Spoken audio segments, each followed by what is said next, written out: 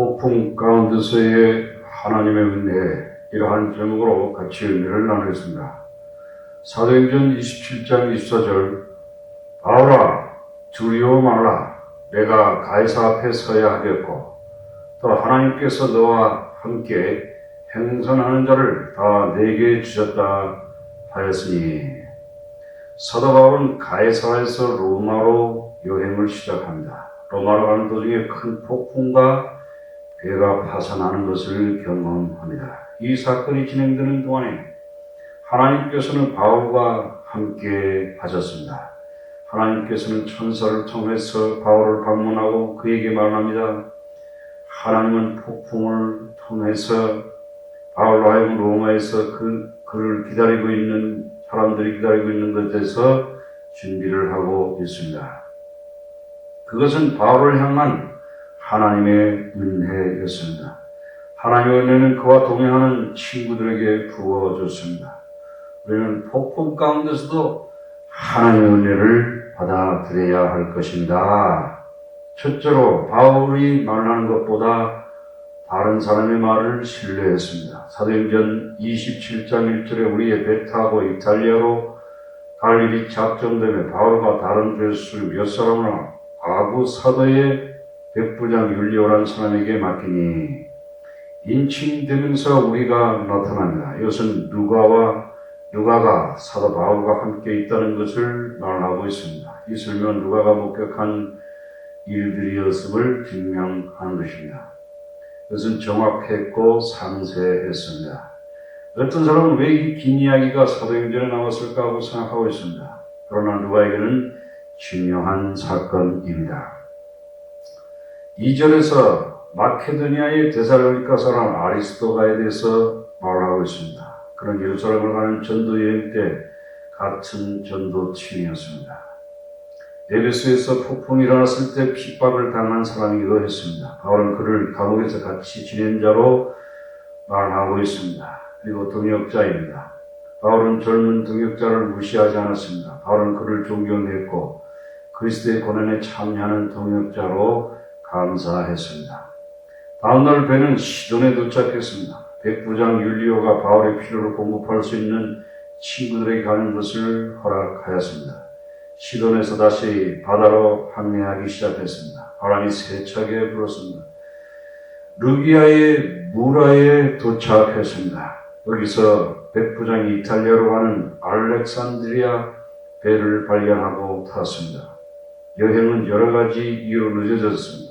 배가 어렵게 디도에 도착했습니다. 거기서부터 그리스의 연안 서쪽으로 가기를 원했으나 바람이 허락하지 않았습니다. 그들은 어찌로 남쪽으로 향해서 해안을 따라서 미항이라 불리는 곳에 도착했습니다. 여행은 순탄치 않았습니다. 배가 항해하기에 너무나 위험했습니다. 이러한 시점에서 그들에게 경고합니다. 사도행전 27장 10절에 말하되 여러분이여 내가 보니 이번 행선이 하물과 배만 아니라 우리 생명에도 타격과 많은 손해가 있으리라 하되 인간적으로 말하면 바울은 죄수입니다. 그럼에도 불구하고 바울은 하나님의 종입니다. 바울은 또한 사계절 내내 여행하는 사람이었습니다. 그러나 백부장은 바울의 말을 듣는 대신에 선장과 선주의 말을 더 신뢰했습니다. 미항에서 겨울나기가 불편함으로 대다수가 다시 항해하기로 결정하고 베릭스에 도착하니 항구가 거기에 있었습니다. 여기에 누가는 하나님의 사람의 충고가 무시되고 세상 사람들의 충고가 받아들였다는 것을 강조합니다. 그 결정은 사람들의 인기가 있었습니다. 그러나 그 결정은 잘못된 결정이었습니다. 선장은 전문가로서 의견을 제시했지만 그의 판단은 그의 욕망에 의해 흐려졌습니다. 선장의 사람들과 베릭스에서 밤에 즐기려는 욕망으로 흐트러진 것입니다. 누가는 역사가로서 대다수의 결정이었다고 기록하고 있습니다. 대다수가 항상 옳은 것은 아닙니다. 이것은 민주주의적인 생각에서 중요한 것입니다. 그것은 하나님 앞에 선 한 사람의 죄의 노예로 사는 사람들의 조언보다 훨씬 더 낫다는 것을 보여주고 있습니다. 둘째, 살 소망을 포기하다입니다. 사도행전 27장 13절에 남풍이 순하게 불매 저희가 득이한 줄 알고 닻을 감아 그레데 해변을 가까이 하고 행선하더니 부드러운 남풍으로 순조로운 상황을 말해주고 있습니다. 대부분의 사람들은 순조로운 상황을 따르고 있습니다. 그들은 진리를 따르려는 도덕적인 용기와 영적인 통찰력이 부족합니다. 그들은 그들의 감각을 의지합니다. 그러나 상황은 갑자기 변화했습니다. 사도행전 27장 14절에 얼마 못되어 성 가운데로 유라굴로라는 광풍이 대작하니 배가 밀려 바람을 맞춰 갈 수 없어 가는 대로 두고 쫓겨 가다가 사람들은 그들의 운명이 다스리는 환상에 살기를 원합니다. 그러나 이것은 옳지 않습니다. 배 안에 있는 사람들은 풍랑에 잡혀 있었습니다. 그들은 34마일밖에 안 되는 미항에서 베닉스로 항해할 수가 없었습니다. 그 대신에 그들은 남쪽으로 항해했습니다. 폭풍이 강렬했기 때문에 그들은 구명선을 끌어내리고 거기에 탔습니다. 그들은 배 밑으로 밧줄을 내리고 산채를 둘러 함께 묶었습니다. 두려움이 그들 마음속으로 들어왔습니다. 스르디스의 모래톱에 배가 좌초될 것을 예상되었습니다. 그래서 바다에 돛을 내리고 배를 정박시키고 배가 출항할 수 있도록 하였습니다.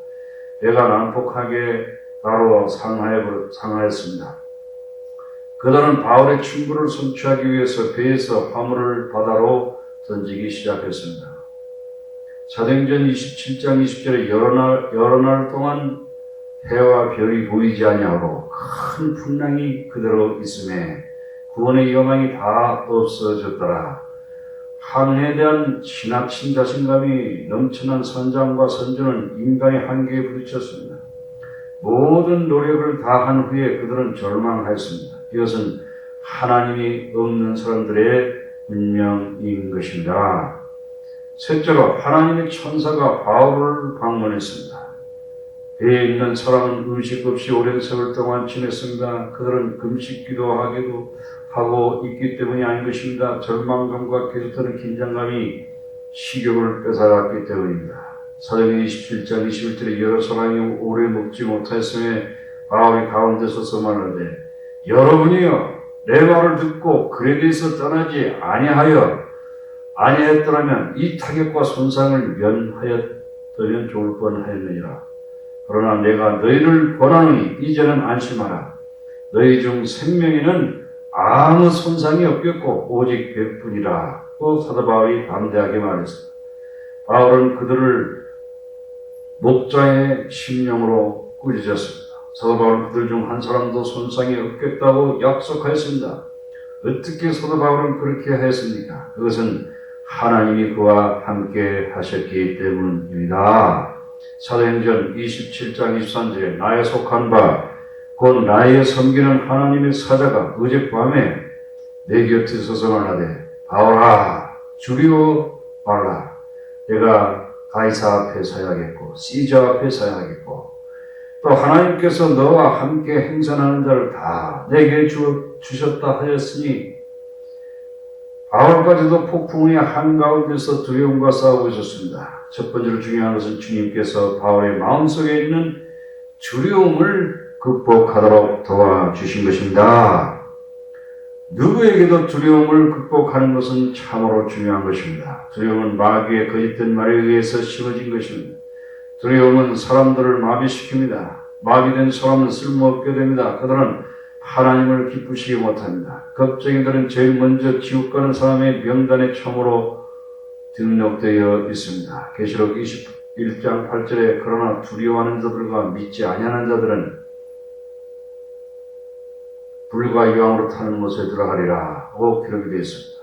잘 알려진 심리학자 M. 스코트 팩은 두려움은 종종 정신병의 뿌리가 된다고 말합니다. 많은 그의 환자들이 실제 이것을 접하고는 그것을 두려워한다는 것입니다. 항상 그것들은 어떤 종류의 책임이었습니다. 그것을 정면으로 직면하거나 극복하는 대신에 그들은 빠져나가고 그들은 생각은 삐뚤어진다는 것입니다. 두려움을 극복하는 것이 없이는 인간 존재는 아무런 기능을 할 수가 없는 것입니다. 그러면 두려움을 어떻게 극복할 수 있습니까? 여기서 두려움을 극복하는 법을 배워보십시다. 사도 바울의 하나님의 음성을 들은 후에 바울이 두려워 말라. 내가 가이사 앞에 서야 하겠고 또 하나님께서 너와 행선하는 자를 다 내게 주셨다 하고 말씀하셨습니다.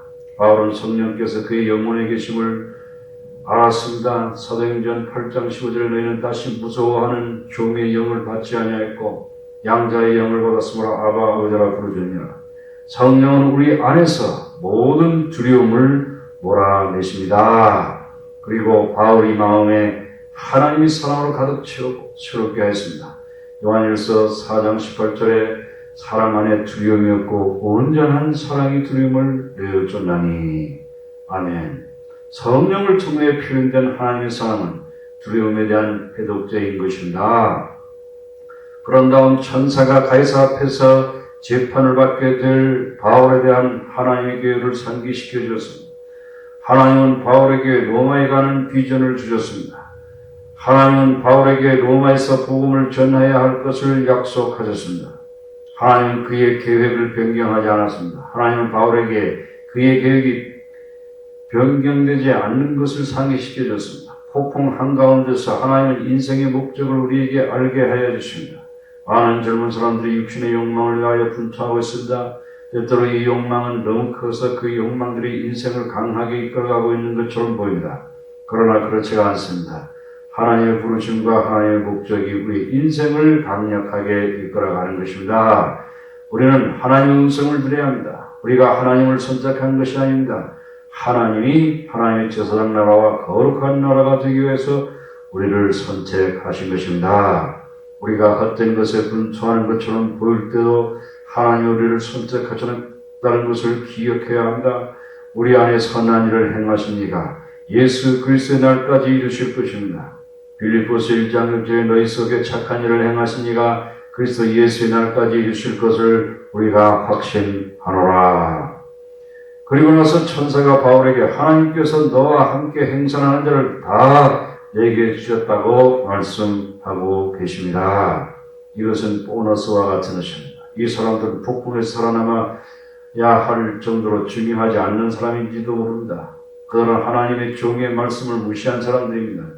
그들은 죄악의 기쁨에 묶여있는 사람들입니다. 그들은 교만했습니다. 그들은 바울의 예언대로 폭풍 속에서 죽어야만 했었습니다. 그러나 하나님은 바울을 위해서 그들을 살려두기로 하셨습니다. 하나님께서는 바울과 함께 그 사람들을 살려주기로 결정하셨습니다. 바울이 사명 때문에 하나님의 은혜가 이 사람들에게 미쳤습니다.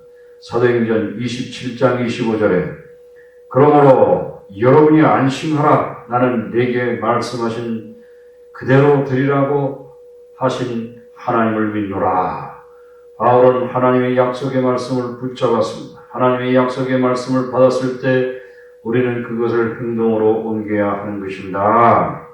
넷째, 바울의 선한 영향력과 영적인 리더십입니다. 바울의 믿음의 말과 용기는 배 안에 있는 사람들에게 희망을 주었습니다. 아마도 그 사람들은 바울의 말에서 희망을 맛보았기 때문에 바울이 꾸짖는 말은 전혀 마음에 들지 않았습니다. 간단히 말하면 육지가 가까이 왔음을 느꼈습니다. 그래서 항해사들은 음모를 계획하고 있었습니다. 그들은 닻을 내리는 척하면서 구명선은 실제로는 구명선을 내렸습니다. 항해사들은 배는 포기하면서 구명선으로 뛰어내리는 계획이었습니다. 그것은 이기적이고 책임없는 계획이었습니다. 이 세상에서 자기 자신만 구원하려는 사람들은 위기의 때에 신뢰할 수 없는 사람